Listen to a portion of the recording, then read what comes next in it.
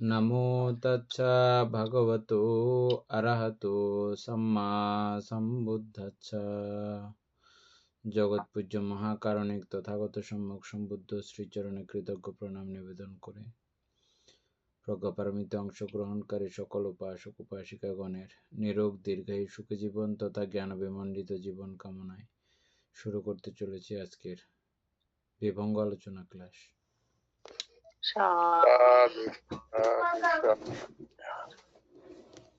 বন্দনা বন্ধে মঙ্গল হোক।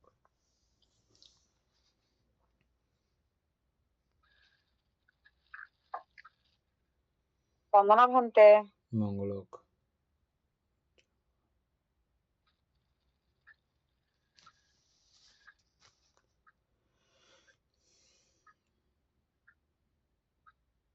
কালকে আমাদের বুজাঙ্গ সবগুলো শেষ হয়ে গেছিল না? না বলতে, কালকে আমরা বিচিকিৎসা পন্ত নিবারণটা ইয়ে করছিলাম আর কি। মঙ্গল হোক। স্মৃতি বুজাঙ্গ দাদা পড়া হয়েছিল তো, স্মৃতি বুজাঙ্গ পড়াছিল না?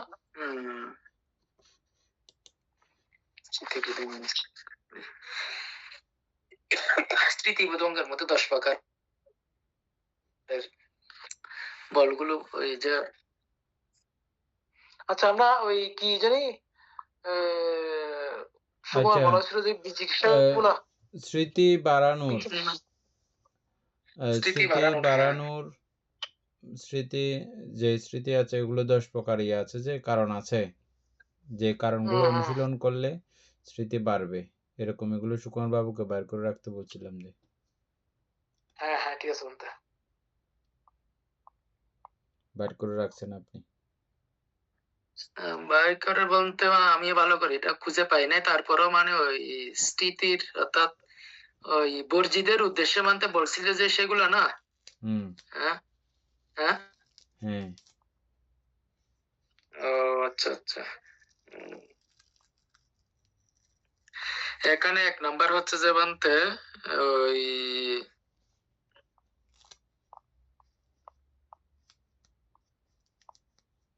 বর্জিদের উপলক্ষে বলছে এখানে না, এগুলো ছিল যে আপনার পরিশিষ্টের মধ্যে, পরিশিষ্টের মধ্যে একটা বুজাঙ্গ নিয়ে একটা আলোচনা আছে, বুদ্ধির অঙ্গ সবগুলো নিয়ে ওখানে ইয়ে হয়েছে।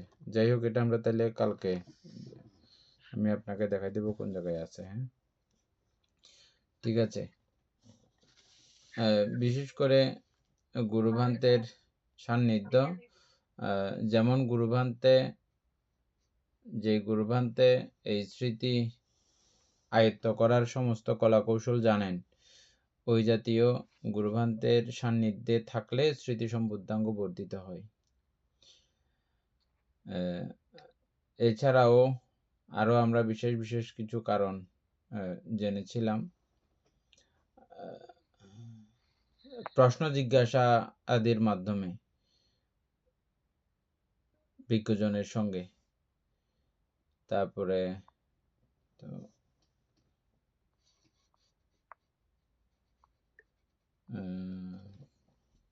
আচ্ছা যাই হোক, এগুলো বানতে এমনি আমি লিখে রাখছি জি, এগুলো কিনা দেখুন তো একটু। বলেন তো। তিনি স্থানকে অর্থাৎ কারণকে, স্থানের ভাবে অস্থানকে বা অকারণকে অস্থানের ভাবে জানেন। তিনি অতীত অনাগত বর্তমান প্রত্যুৎপন্ন কর্ম পরিগ্রহণের বিপাক বা পরিণাম। এগুলো না, এগুলো না, এটা না। আচ্ছা, তারপরে হচ্ছে যে স্মৃতির পরেরটা ধর্মবিচয়। ধর্মবিচয়। উপাসক সুকুমার বাবু বলেন ধর্মবিচয়।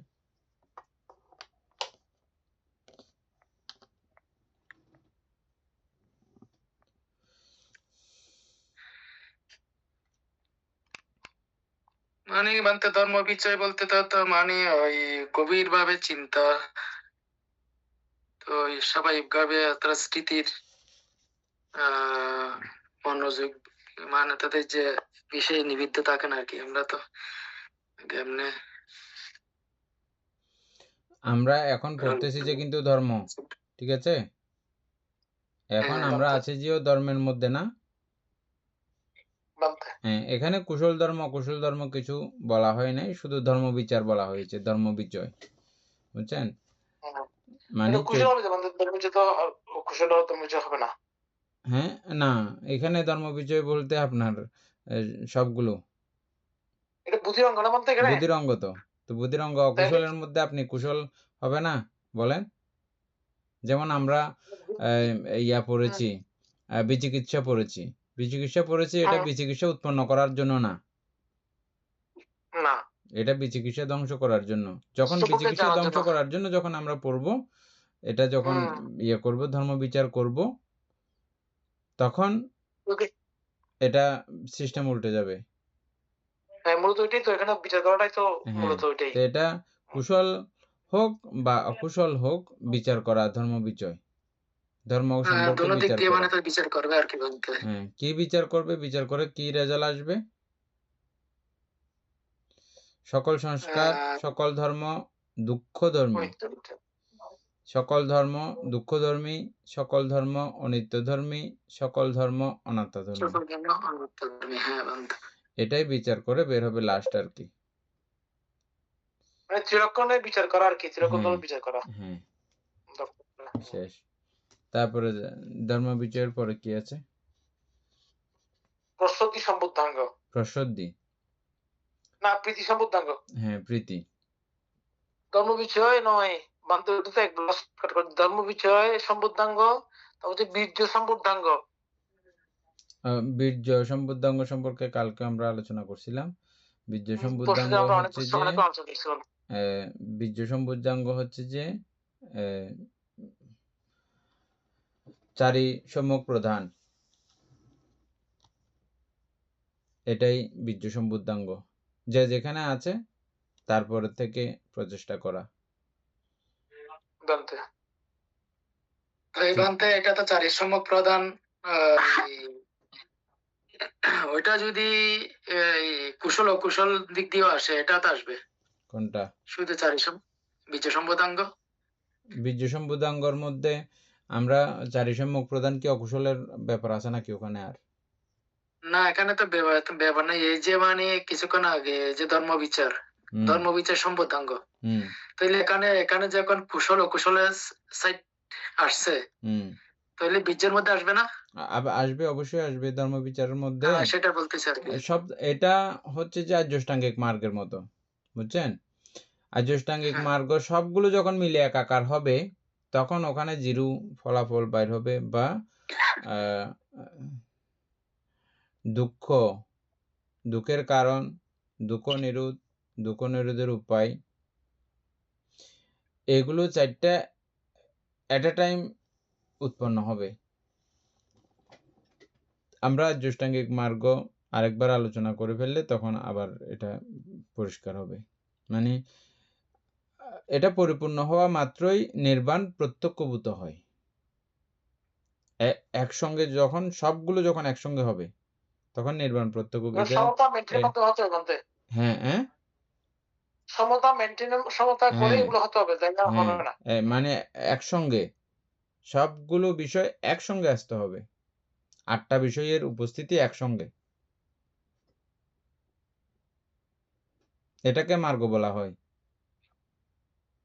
আমরা শ্রোতাপত্তি মার্গ লাভই বলি না, মানে কি আর্যষ্টাঙ্গিক মার্গের এক সহযোগে যখন চলে, তখন হচ্ছে যে মার্গ লাভ করা, এবং সে মার্গক্ষণের নির্বাণ প্রত্যক্ষভূত হয়। আমি বাংলাদেশ ক্লাসে খুব সুন্দর করে আলোচনা করছিলাম। এটা আপনারা একটু ভিডিওটা দেখে নিলে, পরশুদিন বা তার আগের দিন হতে পারে।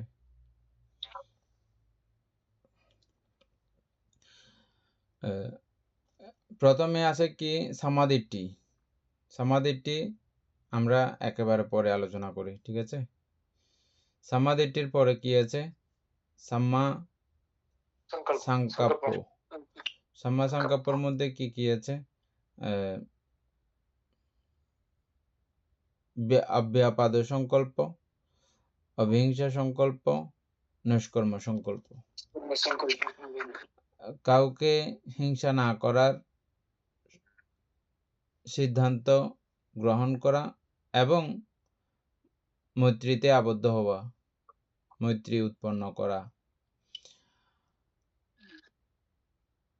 কারো ক্ষতি চিন্তা না করা এবং উপকার করা, কারো প্রতি হিংসা ভাবাপন্ন এবং ক্ষতি চিন্তা না করে হওয়া, এই দুইটা গেল। তারপর হচ্ছে যে নৈষ্কর্ম, অর্থাৎ কর্ম সম্পাদন না করার শিক্ষা। কি এখানে কর্ম সম্পাদন বলতে কি?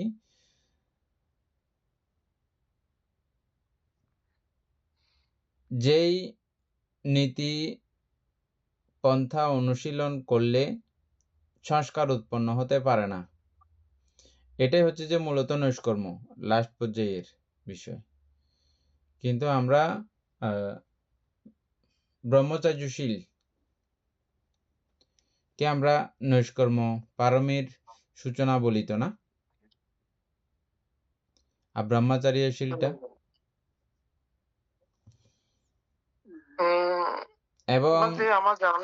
এবং কামেষু মিথ্যাচারা বেরামণি শিক্ষাপদাং সমাধিয়ামি, এটা শুধু আমরা একটা সাইড বর্ণনা করি, একটা সাইড ওই আমরা বইয়ে পুস্তকে লেখা দেখি। কামেষু অর্থাৎ মিথ্যা কাম আচার, এটা শুধু আমরা স্বামী স্ত্রীর বা স্ত্রী পুরুষের মধ্যেই সীমাবদ্ধ রাখি বিষয়টা না। এটা কিন্তু এরকম না, এটা যে কোনো বিষয়। আপনি একটা বিষয় খাচ্ছেন, আপনি এটা আপনার না, আপনার দ্বারা অর্জিত না, এটা জিহ্বায় কামাক্ত হয়ে আপনি এটা হরণ করেছেন, চুরি করে ফেলেছেন, খেয়ে ফেলতেছেন, তাহলে এটা কামনার বশবর্তী হয়ে আপনি এটা জোরপূর্বক কারো থেকে হনন করে নিয়ে ফেলেছেন। এবং এভাবে সবগুলো পঞ্চ ইন্দ্রিয়ের সব বিষয়গুলো, যে এগুলো কামনাকে চারিতার্থ করার জন্য যেগুলো জোরপূর্বক আপনার অধিকারভুক্ত নয়, ওটাকে জোরপূর্বক নিয়ে চলে আসা, ব্যবহার করে ফেলা, এটা কামেষু। কামকে চৌর্যচিত্তে গ্রহণ করা, কামনার বিষয়গুলোকে চুরি করে ব্যবহার করা, অপরের দ্রব্য ব্যবহার করা, বুঝছেন? এখন জোরপূর্বক এটা। কিন্তু আমরা নর্মালি আমরা স্বামী স্ত্রী স্বামীকে ইয়ে করা, লোলুপ দৃষ্টি উৎপন্ন করা, এটাতেই আমরা শুধু দেখি। আচ্ছা, এরপরে হচ্ছে যে আব্রহ্মচারী যে শীলটা আছে, এটা নৈষ্কর্মশীল। আমরা যে এখানে নৈষ্কর্ম দেখতেছি আর্যাষ্টাঙ্গিক মার্গের নৈষ্কর্ম, আর ব্রহ্মচারী শীলটা হচ্ছে যে নৈষ্কর্মশীল। এটা বুঝেন তো না? নৈষ্কর্ম মনে আছে আপনাদের এমনি নর্মালি? বলতে নৈষ্কর্ম তো ওইটা আর কি, মানে কি বলা হয়, নৈষ্কর্ম তো বলছেন আপনি, ওইটা কোনো কাজ না করা, কোনো কাজ না করা। এখন আমরা আপনি বৈরাগ্যকে বলি আর কি, বৈরাগী বলা হচ্ছে আর কি। হ্যাঁ, না আর তো কি যেন বলা হয় এখানে, সংসারের প্রতি যার আসক্তি নাই। হ্যাঁ, সেটা ঠিক আছে। আরেকটা জিনিস বলা হয়, ঠিক আছে, তো ওই যে ইয়ে আর কি বান্তে যেটা বলছে আর কি, ব্রহ্মচর্য আর কি, ব্রহ্মচর্য পালন করবো। হ্যাঁ, এটা হচ্ছে যে নৈষ্কর্মশীল। আর এটার চরম অবস্থা পর্যন্ত হচ্ছে যে কি, কোনোভাবেও আমি কর্ম সম্পাদিত হতে বা সংস্কার উৎপন্ন হতে দিব না, কর্ম হতে দিব না, কর্মমুক্ত থাকা, এটা হচ্ছে যে নৈষ্কর্মশীলের বা নৈষ্কর্ম মার্গের একেবারে লাস্ট পর্যায় পর্যন্ত। এটা ঠিকঠাক থাকতে হবে ওই সময়ে, যখন আপনি আর্যাষ্টাঙ্গিক 8 মার্গের পরিপূর্ণ করবেন তখন, বুঝছেন? মৈত্রীও থাকবে, কারো প্রতি হিংসাও থাকবে না, এবং সে সঙ্গে নৈষ্কর্ম ভাব এটাও অটুট থাকবে। একটা জায়গার মধ্যে 3টা বিষয় আসছে না। তারপরে হচ্ছে সাম্মাবাচা। সাম্মাবাচা, সাম্মাবাচা মানে কি? শুরু হয় এখান থেকে মিথ্যা না বলা, ভেদবাক্য না বলা, কর্কশ ভাষা না বলা, বাজে কথা না বলা, এটা সূচনা। এই 4টা পালন করতে পারলে এটা সূচনা হয়েছে। কিসের? সাম্মাবাচার সূচনা হয়েছে। তো এটা সূচনা এখানে হইলে শেষ কোথায়? শেষ হচ্ছে যে আপনি যখন সত্যিকে সত্যি বলতে পারবেন। সত্যি কি? সত্য জগতের মধ্যে 4টাই আছে, এগুলো ছাড়া বাকি সবগুলো মিথ্যা। জগতের মধ্যে সত্য কয়টা আছে?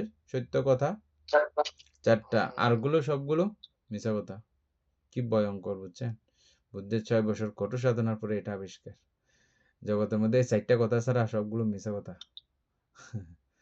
হ্যাঁ, বেশি মারাত্মক না? হ্যাঁ বান্তে। বেশি মারাত্মক কথা। তার মানে সারাক্ষণ আমরা মিথ্যা নিয়েই ডুবে থাকি, মিথ্যা বলেই ডুবে থাকি। কি ভয়ঙ্কর! এগুলো আসলেই খুব ভাবার এবং চিন্তার বিষয়। যে মুহূর্তে আপনি দুঃখ, নাম, রূপ বা সংসারকে দুঃখ বলতে পারবেন, তাহলে আপনি সত্য বলতেছেন। এক ফোঁটা, এক রন্ধ্রেও কোনো দিকে যদি আপনি সুখ বলেন, তাহলে আপনি মিথ্যা বলছেন। এবং এই দুঃখের কারণ আছে। কারণ ছাড়া আপনি এই দুঃখ উৎপন্ন হয় নাই। কি কারণ? তৃষ্ণা।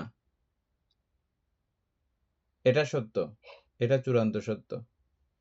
এবং এই দুঃখের আবার নির্দও আছে বা নির্বাণ আছে। কিভাবে? তৃষ্ণার নির্বাণই দুঃখের নির্বাণ, তৃষ্ণার নিরোধই দুঃখের নিরোধ। এই দুঃখ নিরোধের উপায় আর্য অষ্টাঙ্গিক মার্গ। এছাড়া আর দ্বিতীয় কোনো পন্থা বা রাস্তা নাই। এই 4টাই সত্য কথা জগতে, আর যত কিছু আছে সবগুলো মিথ্যা কথা।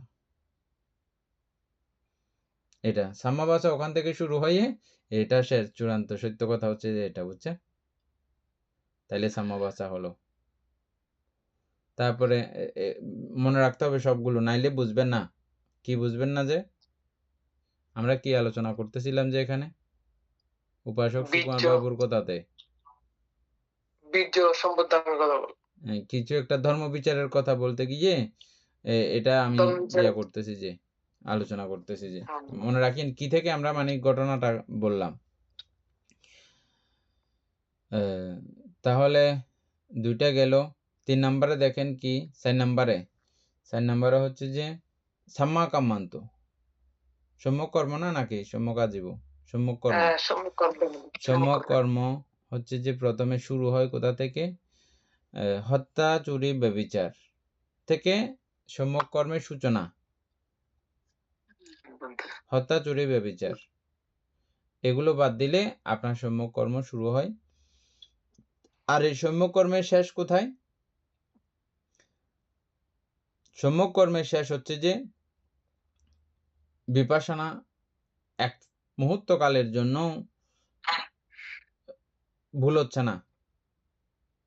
স্মৃতির অটুটতা, চরম সজাগতা, বিপাশনা।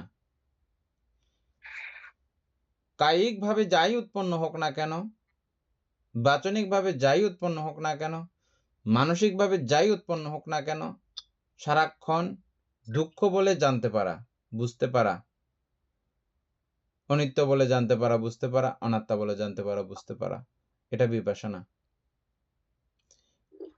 কায়িক, বাচনিক, মানসিক এই 3 অবস্থার প্রত্যেকটা বিষয়কে দুঃখরূপে চিনা, বুঝা, জানা, মানা, অনিত্যরূপে চিনা, জানা, মানা, বুঝা এবং অনাত্মারূপে চিনা, জানা, মানা, বুঝা, এটা হচ্ছে যে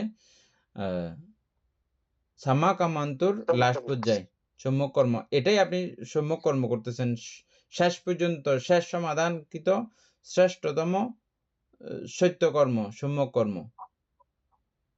আর যা কর্ম করি আমরা সবগুলো ভুল কর্ম, নাকি না? এই অনুসারে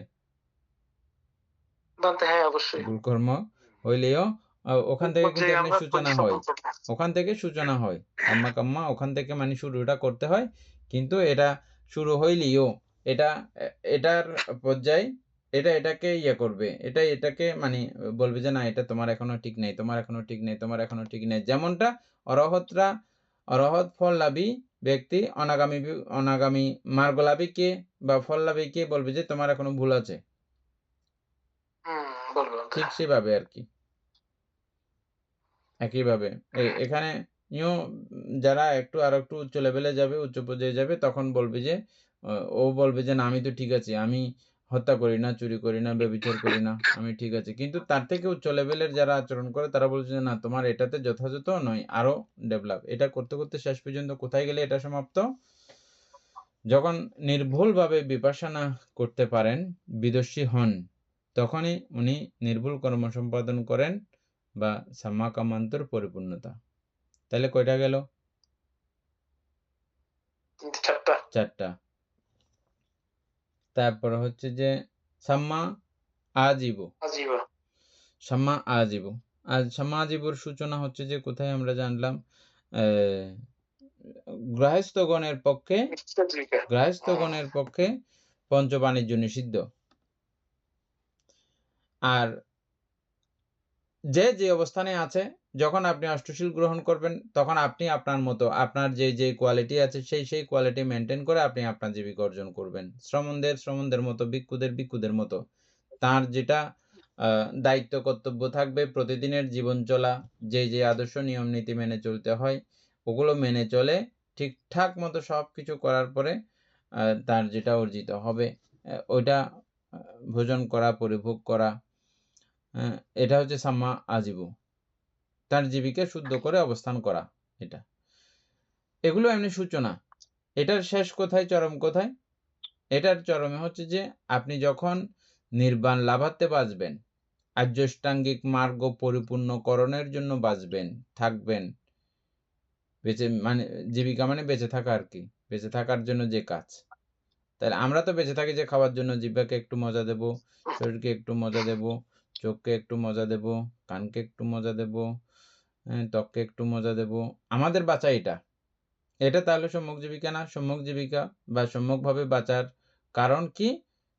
একেবারে শ্রেষ্ঠতম বাঁচার কারণ হচ্ছে আমি নির্বাণ লাভার্থে, নির্বাণ প্রত্যক্ষ করার জন্য যখন বেঁচে থাকি আমরা, তখন এটা সাম্মা আজীব। মিলাইতে পারছেন?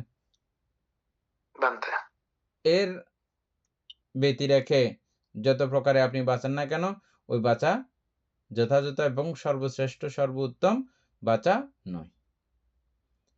মানে খাওয়া যেগুলো খাচ্ছি, ব্যবহার যেগুলো করতেছি, এটা শুধু নির্বাণ লাভার্থে ব্যবহার করলেই তাহলে এটার পরিপূর্ণতা বা শ্রেষ্ঠতম অবস্থা। তাহলে সাম্মা আজীব আমরা শুরু থেকে একদম শেষ পর্যন্ত বুঝলাম। এগুলো কিন্তু আমরা অনেকবার আলোচনা করেছিও। আবার আরেকটা কথা বলছি যে কি, এগুলো এমনি নর্মালি কোনো বই এভাবে লেখা কোথাও কোনো বইও পাবেন না। অট্টকথা টিকা টিপ্পনী পড়ে ফেললেও এই জাতীয় ভাবে আমরা পারবো না।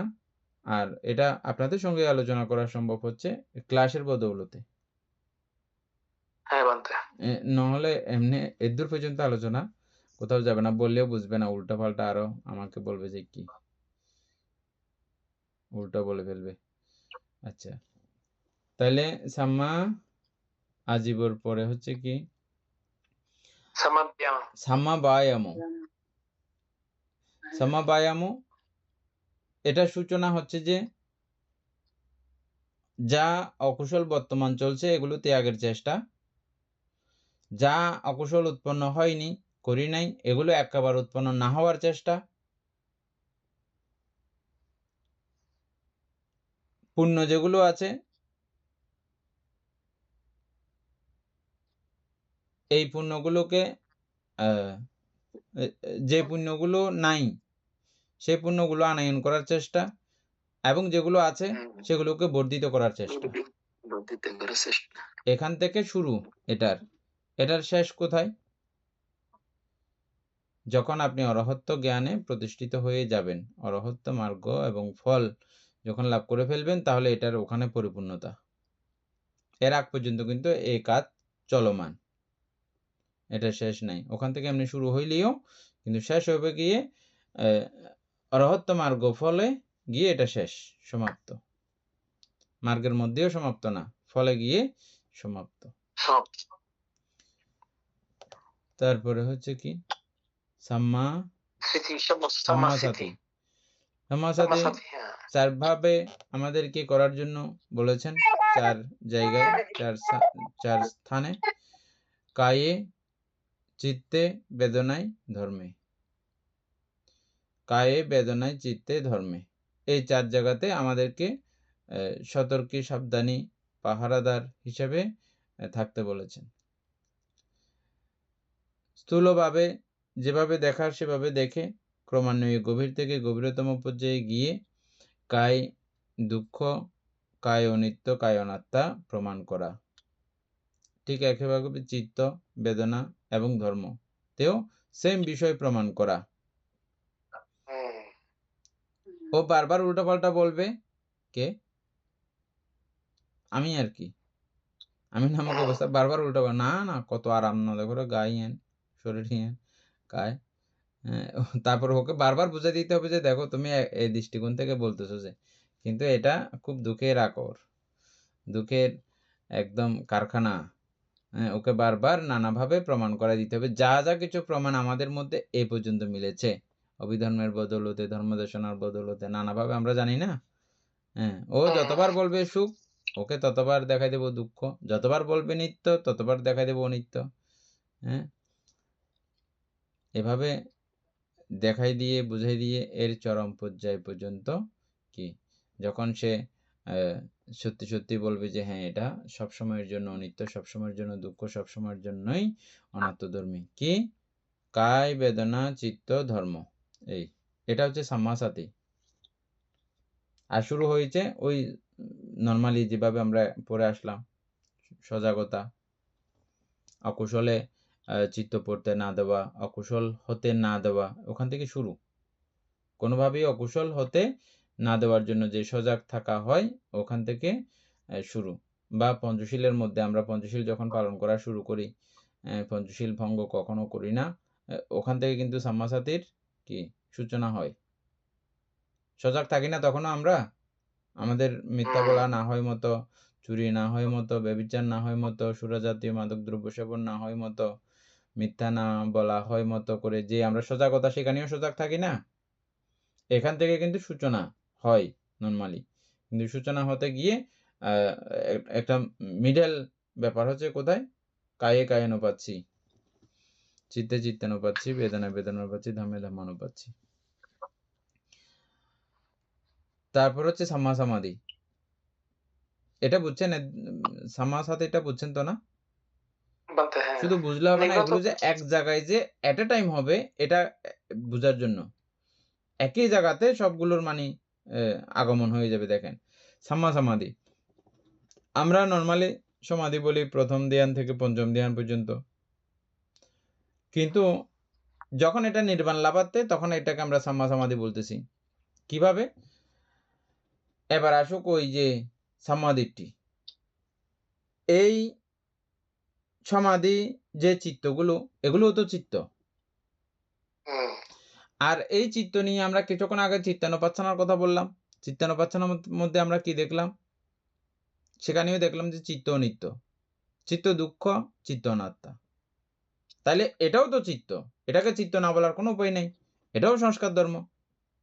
তাহলে এটাও সেম, এটা সম্যক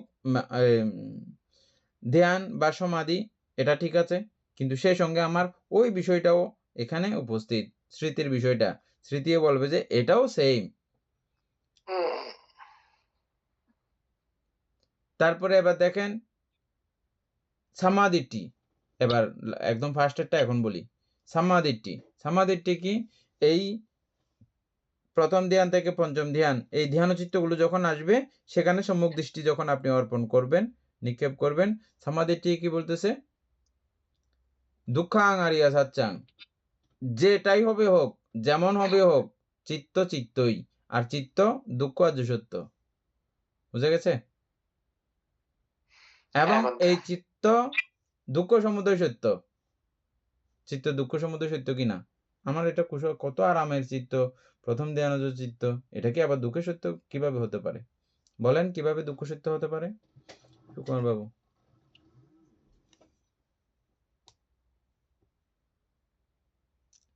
দুঃখ সত্য কিভাবে হতে পারে এবং দুঃখ সমুদয় সত্য কিভাবে হতে পারে?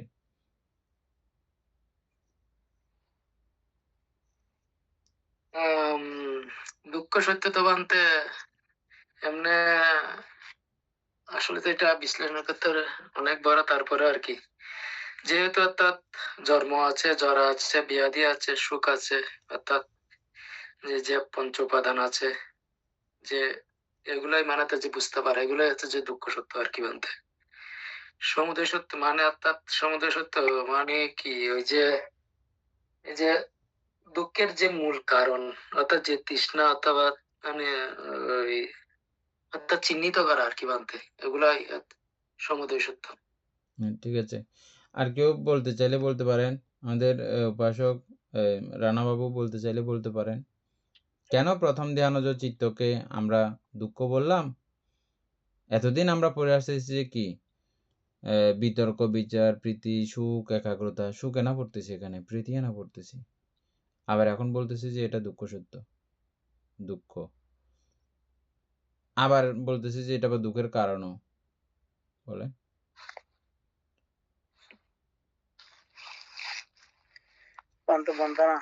মঙ্গলক।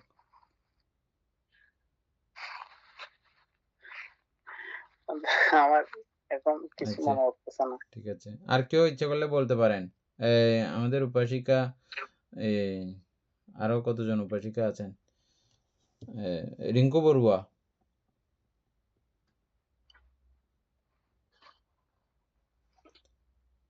রিঙ্কু বড়ুয়া,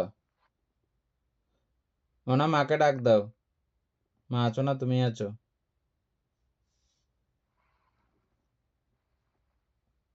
বন্দনা ভান্তে। মঙ্গলক। ভান্তে। হ্যাঁ বলেন। প্রশ্নটা কি ছিল ভান্তে সম্মুখ? প্রশ্নটা ছিল যে প্রথম ধ্যানজ চিত্ত, আমরা কথা বলতে বলতে বললাম যে এই প্রথম ধ্যানজ চিত্ত দুঃখ এবং দুঃখের কারণ। কিভাবে, কেন বলছি, কেন বলেন?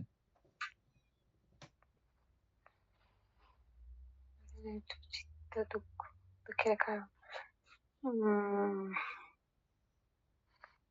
ভান্তে সবকিছুই তো দুঃখ। কেন এটা মানে বুঝে বলতে পারতেছি না। আমি তো মানে কি প্রথম ধারণা যে এটা উৎপন্ন হয় ওইটা তো দুঃখ থেকেই সৃষ্টি। আচ্ছা ঠিক আছে। উপাসক সুপ্রিয় বাবু বলার জন্য ইয়ে খুলে রাখছেন মনে হয়, বলেন।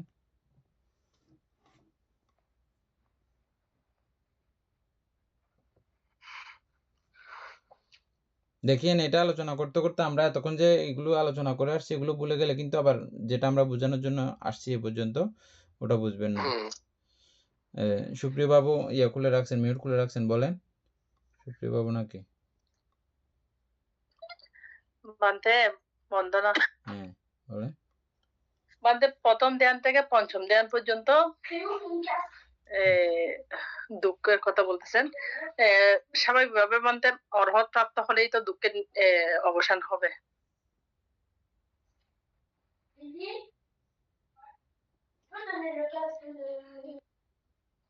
ঠিক আছে। সুপ্রিয় বাবু এতক্ষণ ছিলেন না, এখন আসছেন যে? না আমি একটু লিভ করছিলাম।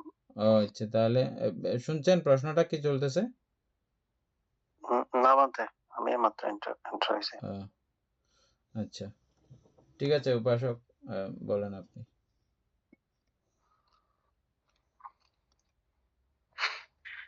বলতে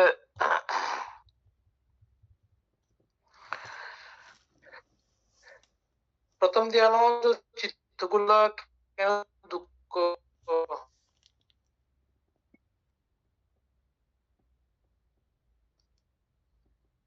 এখানে বলতে প্রথম ধ্যানের চিত্তগুলা যেগুলো আছে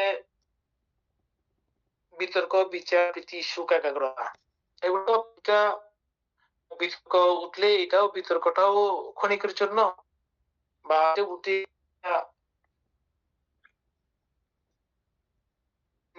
বিচারও একই অবস্থা। তো এগুলোতে বলতে কোনোটাই এখানে বা এককভাবে এখানে কোনো কিছু থাকে তুলনা হয়ে তো বিলয় হচ্ছে বলতে। তো এখানে যেখানে যেখানে একক ভাবে স্থায়ী নয়, সেটা তো অবশ্যই দুঃখ বলতে। এখানে দুঃখ যারা এভাবেই আমরা বিচার করি, সবাই দুঃখ আমরা বুঝে আসছি। তো আর এগুলা একটা সবগুলো প্রত্যয়ের কারণে এগুলো উৎপন্ন হচ্ছে। সেগুলা এখানে কারণ সত্য, এটা এগুলো এই কারণে এগুলো উৎপন্ন হচ্ছে। যখন আমরা কোন সাধক যখন ধ্যানে বসেন, তখন উনার মনের উপরে যখন স্মৃতি নিক্ষিপ্ত হয়, তখন ওইখানে সুখ উৎপন্ন বলতে। এখানে সুখ নামক কোনো কিছু আমরা হয়তো আছে বিতর্ক, বিচার, প্রীতি, সুখ, একাগ্রতা, কিন্তু ওই সুখ হলেও তো সাময়িক। ওই সুখটাও ওইটা উৎপত্তি হচ্ছে, ওইটা বিলয় হচ্ছে এখানে। তো এইভাবে যদি তাকাই তাইলে বলতে এখানে সুখটা তো আসলে পাওয়া যাচ্ছে না। কারণ এখানে আমরা দেখতেছি কি এগুলা সবগুলা কি জানি কি বলা হয়,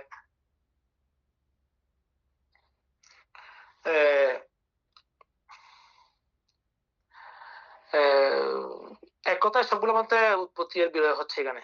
প্রতিক্ষণ মুহূর্তে সবকিছু উৎপত্তি হচ্ছে, ধ্বংস হচ্ছে। এখানে এগুলো দুঃখ সত্য, এখানে সুখ তো আসার কথা নয়। আর একটা লাইন মানে কি ভুল করছে, ভুলে গেছে বলতে।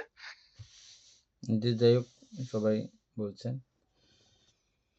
আমি একটু চেষ্টা করতেছি, খেয়াল করবেন।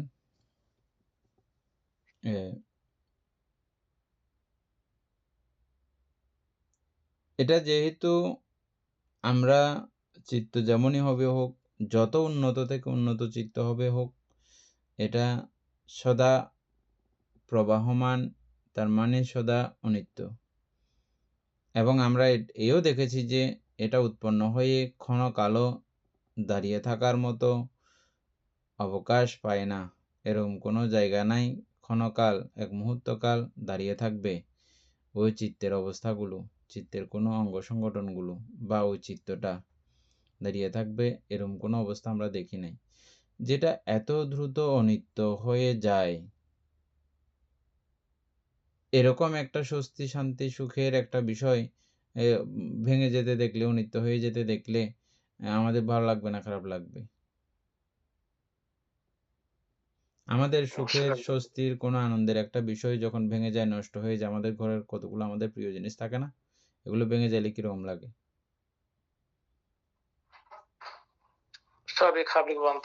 ঠিক এটা তো আমাদের ঘরের জিনিসের থেকে আরো বড় ডেঞ্জারাস সুখের একটা বিষয় না এটা, যেটা পুরো কামনীয় সকল সুখের ঊর্ধ্বে। এটা দেবলোকীয় মনুষ্য লোকের কথা বা দেবলোকীয় সুখেরও ঊর্ধ্বে। এটা প্রথম ধ্যানজ চিত্ত, ব্রহ্মলোকীয় চিত্ত, ব্রহ্মাদের মতো সুখ না। আপনি যখন জ্ঞান দ্বারা দেখবেন যে ওই সুখটা এত দ্রুত করে ভেঙে যাচ্ছে, ধ্বংস হয়ে যাচ্ছে, এত দ্রুত গতিতে, এত কষ্ট করে অর্জন করেছেন এটা, আর অথচ এত দ্রুত সেটা ভাঙতেছে, এই ভাঙনটা দেখলে, এই সুখের নস্বাদ দেখলে আপনি আর এটাকে সুখ বলার মতো পর্যায়ে পরিস্থিতি আছে? কত কষ্ট করে আপনি অর্জন করেছেন আপনার এত কোটি টাকা, আর দেখতেছেন যে এই কোটি টাকাগুলো সবগুলো পানিতে পড়ে যাচ্ছে, তলায় যাচ্ছে একদম। আমার কি কষ্ট লাগবে না? বুঝা গেছে এখন? তাইলে আপনি এই চিত্তটা অনেক কষ্ট অর্জন করেছেন, অধিগত করেছেন, কিন্তু এই চিত্ত সদা সর্বদা এভাবে কি হতে রয়েছে? নষ্ট হতে রয়েছে, অনিত্য হতে রয়েছে। এই একভাবে দুঃখ বুঝলেন তো এটা? না পরিষ্কার হয়নি? একেবারে প্রমাণিত ভাবে। হ্যাঁ, এইভাবে তো হচ্ছে। তারপরে দেখেন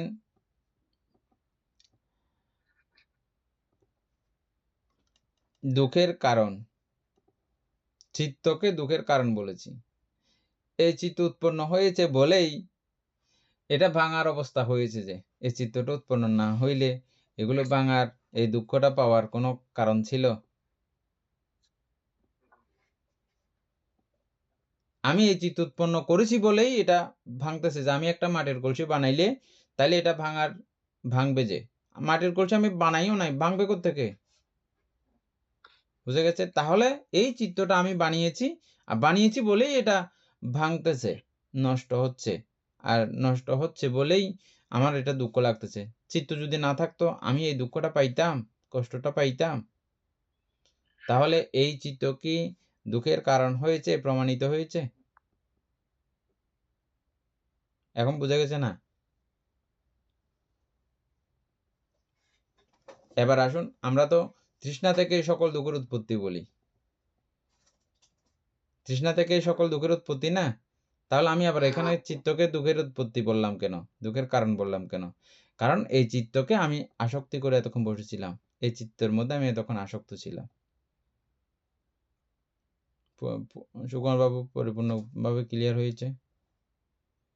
হ্যাঁ বান্তে, আমি চিত্ত দিয়ে বলি নাই আর কি, আমাকে চিত্ত দিয়ে কোনো প্রশ্নটা করা হয়নি, সেজন্য আমি ওই দিক দিয়ে যাইনি। আর এখন আমি যেটা বলছি সেটা কি আপনি সেকেন্ড টাইম বললে সুন্দর করে বলতে পারবেন? হ্যাঁ আশা করি বান্তে পারবো। এই জায়গাটা একটু রিপিট বারবার করে দেখে নেবেন, ইয়ে করে। এটা দেখা ছাড়া উপায়ও নাই, বারবার রিপিট করে দেখা ছাড়া উপায় নাই। যে কারণ এগুলো আপনি এমনি কোথাও কোনো বইও পাবেন না, পাইলে না অমুক বইয়ে খুঁজে দেখেন, পড়বেন। এটা আমাদের আপনাদের সকলের বদৌলতে এই পর্যন্ত আলোচনা হওয়ার পেছনে আপনাদের সকলের অবদান, বুঝছেন? বারবার বলতেছি, এগুলো আমরা কখনো কোনো বিপাশনা কোর্সের মধ্যে আলোচনা এভাবে করতে পারবো না, বা হয়ওনি, করতে পারবো না, এবং কখনো করিও নি। করেছি বলে আমার এরকম কোনো মনে নাই আমার, বুঝছেন? আচ্ছা, তারপর হচ্ছে যে তাহলে দুঃখ নির্বাচন করলাম এই পরম একটা চরম একটা সুখের জায়গার মধ্যে, যেগুলো কোনো সাধারণ চিত্ত নয়, একেবারে রূপগোচর অরূপগোচর এই চিত্তগুলোর মধ্যে আমরা দুঃখ প্রমাণ করলাম, এবং দুঃখের কারণও প্রমাণ করলাম ওই চিত্তগুলোকে। কিসের দ্বারা? ওই যে সাম্মাদিট্টি। সাম্মাদিট্টি মানে জগতে এমন কোনো সংস্কার বিদ্যমান নাই যেটাকে সুখ বলা যায়। দুঃখাং আরিয়া সাচ্চাং, দুঃখই সত্য। তাহলে ওই সূত্র ধরে আমি দেখলাম যে এটা হ্যাঁ ঠিকই আছে, কথাটা কোনো ভুল নেই। দুঃখাং আরিয়া সাচ্চাং। তারপরে দুঃখের কারণ আর্য সত্য, এই দুঃখের কারণও আছে এবং ওই দুঃখের নিরোধও আছে। আমি এতে আসক্ত হইলাম না, তৃষ্ণাক্ত হইলাম না, তাইলে আমার হবে না, দুঃখ উৎপন্ন হবে না। তৃষ্ণা নিভে গেল, দুঃখ নিভে গেল, দুঃখের নির্বাণ। তারপরে দুঃখ নিরোধের উপায়, আর্য অষ্টাঙ্গিক মার্গের পরিপূর্ণতা। তাহলে এখানে কি আপনারা এই পুরো 8 মার্গের একটা মিলন ক্ষেত্র বুঝতে পেরেছেন? যখন এটা বুঝতে পারবেন, এটাও দুঃখ, এটাও দুঃখ, এটাও দুঃখ, তখন মানে এদিকে ডাইনে জ্বালিয়েও সমস্যা, বাঁয়ে জ্বালিয়েও সমস্যা, সামনে জ্বালিয়েও সমস্যা, পিছনে জ্বালিয়েও সমস্যা, উপরে উঠলেও সমস্যা, নিচে নামলেও সমস্যা, কোনো জায়গাতে আর যাবার জায়গা নাই, দাঁড়িয়ে থাকলেও সমস্যা, যেমনি আছে এখানে থাকলেও সমস্যা। তার মানে আমাকে একদম কি করে ফেলতে হবে? শূন্য করে ফেলতে হবে, তাইলেই সুখ, নাইলে সর্বদিকে সমস্যা। এটাকেই মানে ওই অবস্থা বাধ্য হয় চিত্ত তখন করতে। কোনো কিছুতেই আর এরকম কোনো বিষয়ের সঙ্গে সংযুক্ত তিনি রাখতে পারেন না, এবং ক্রমান্বয়ে তিনি ওই যে অনিমিত্ত, অপ্রনিহিত, তারপরে আমরা 3 ভাবে জানছিলাম না,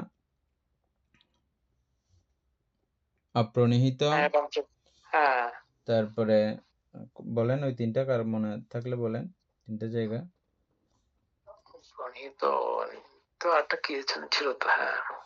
অনিমিত্ত, অপ্রনিহিত,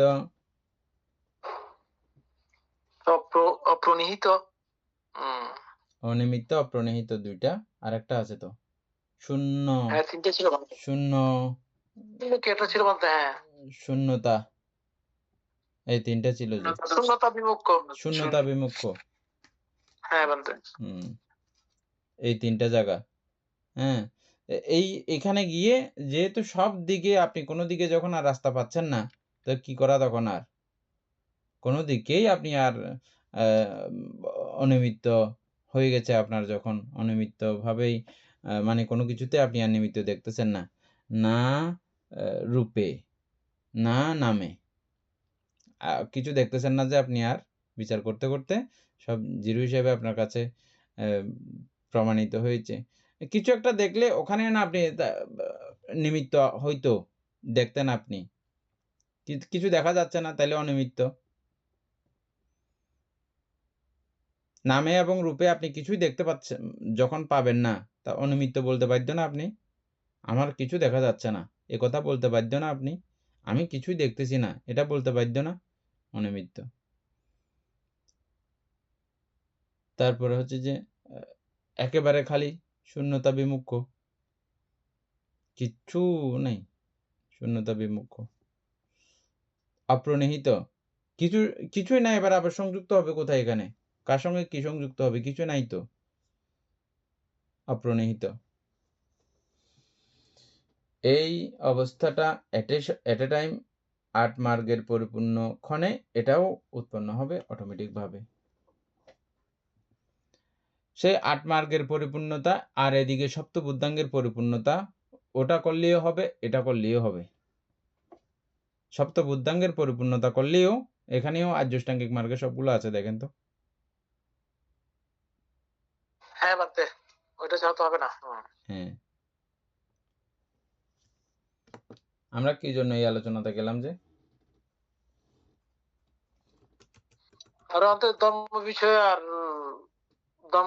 ধর্ম সম্পর্কে বীর্য সম্বন্ধে পর্যন্ত আসছিলাম, ওখান থেকে আপনি ওই টপিকে চলে গেছেন আর কি, ধর্মটা মূলত বোঝানোর জন্য। এই ধর্মটা বোঝানোর জন্য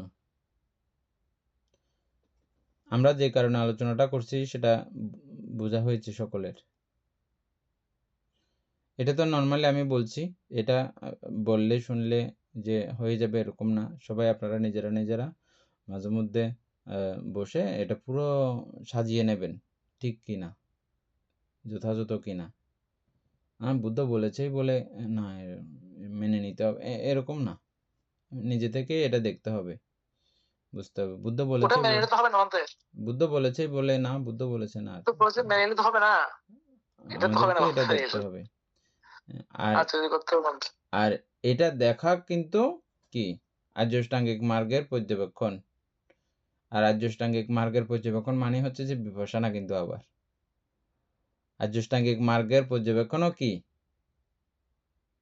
হবে, কি বিপশ্যনা হবে, কি আর্যাষ্টাঙ্গিক মার্গের পর্যবেক্ষণ।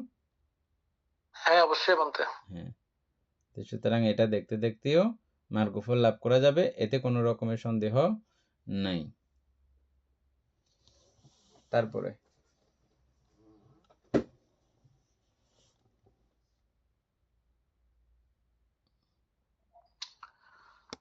আচ্ছা, অপরের মধ্যে বীর্য সম্বুদ্ধাঙ্গ থাকলে, অপরের মধ্যে প্রীতি সম্বুদ্ধাঙ্গ থাকলে, অপরের মধ্যে প্রসূতি সম্বুদ্ধাঙ্গ থাকলে, অপরের মধ্যে সমাধি সম্বুদ্ধাঙ্গ থাকলে, অপরের মধ্যে উপেক্ষা সম্বুদ্ধাঙ্গ থাকলে, তার মধ্যে উপেক্ষা সম্বুদ্ধাঙ্গ আছে বলে এটা আমরা স্কিপ করে যেতে পারি তাহলে।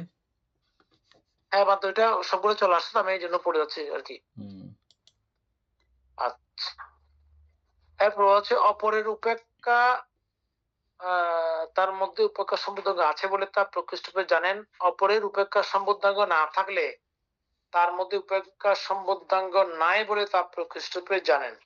তার মানে ওই নিজেরটা দেখে দেখার পর অপরটাও দেখার কথা বলা হচ্ছে। অপরের মধ্যে যে নাই সেটাও উনি বুঝতে পারেন।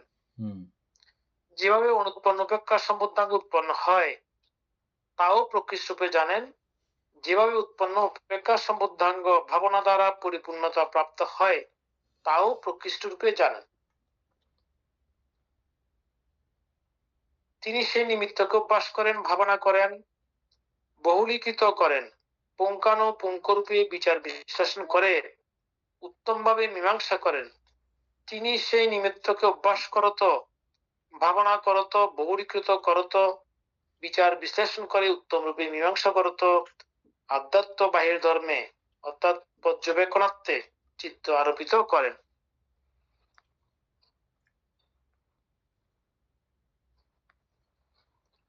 উপাসক এরপর আসছে সুকুমার বাবু এর কদ্দূর পর্যন্ত একই কথা? এরপরে বলতে আধ্যাত্ম বাহির আছে।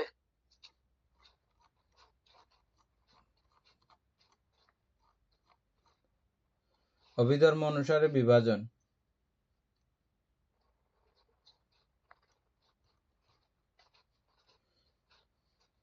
এ 373টা একটু পড়েন, তারপরে এরপরেরটাতে চলে যাই। আচ্ছা, অনুদর্শী আর পড়তে হবে না। অবস্থান করেন বীর্যবান। আরগুলো আমরা এর আগের পর্বের মধ্যে একটু আলোচনা করে গেছিলাম তো। 300 কত বলছে? 73। 373। আচ্ছা, জগতে অবিদ্যা দমনস্ব দমিত করে বলতে বোঝায় তৎমধ্যে জগৎ কি রূপ, এটা বলতে পড়ছিলাম তো মনে হয়। এটাও ঠিক আছে, এটাও পড়ছি। তাহলে বাদ দেন একেবারে অভিধর্ম অনুসারে বিভাজন।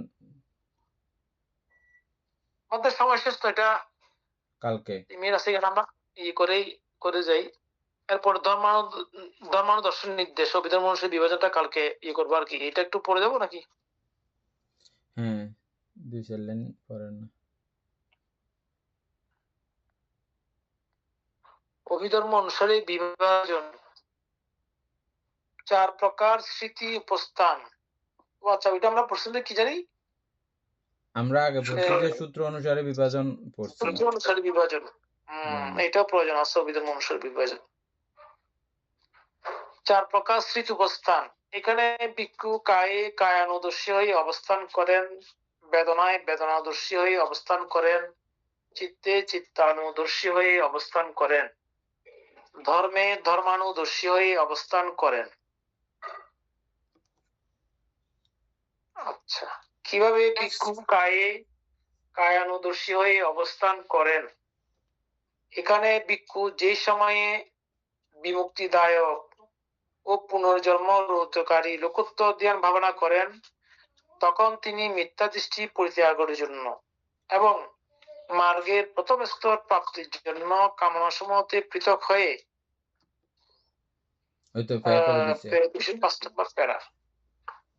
দুঃখ প্রতিপদায় ও দ্বন্দ্বাভিজ্ঞায় অর্জিত ক্রম ধ্যান সম্প্রাপ্ত হয়ে তাতে অবস্থান করেন এবং কায়ে কায়ানুদর্শী হন। এখানে তো বলতে সেম লেখা আসছে নাকি? সেম। এটাও তার মানে এটাও করার দরকার নেই। সেম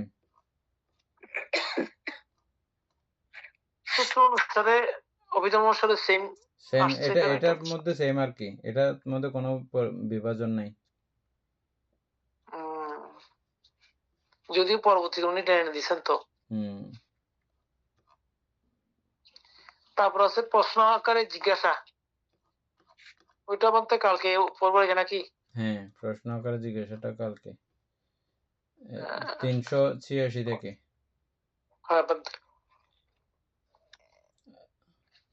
বইও প্রায় অর্ধেক চলে গেছে তো। অভিধর্ম অনুসারে বানতে শুধু ওই লোকোত্তর ধ্যানের কথা বলছে আর কি, বেশি একটু করে মানে লোকোত্তর। লোকোত্তর, শুধু লোকোত্তর ধ্যানের মধ্যে বিপাশনা তো এমনি লোকোত্তর। তখন আমরা যেগুলো বলছি এগুলো তো সবগুলো লোকোত্তরে বানতে না, লোকোত্তরের মধ্যে সূত্র অনুসারে ওই যে ঢুকছে আর কি, অর্থাৎ ওই চিত্ত অনুসারে ঢুকছে তো। এটা শুধু অর্থাৎ ওই যে ওই আধ্যাত্মিক মার্গ এবং চিত্ত অনুসারে আর কি, ওই যে লোকোত্তর চিত্ত অনুসারে মানে দ্বন্দ্ব বিজ্ঞায় কি প্রবিজ্ঞায় আর কি, অভিধর্ম অনুসারে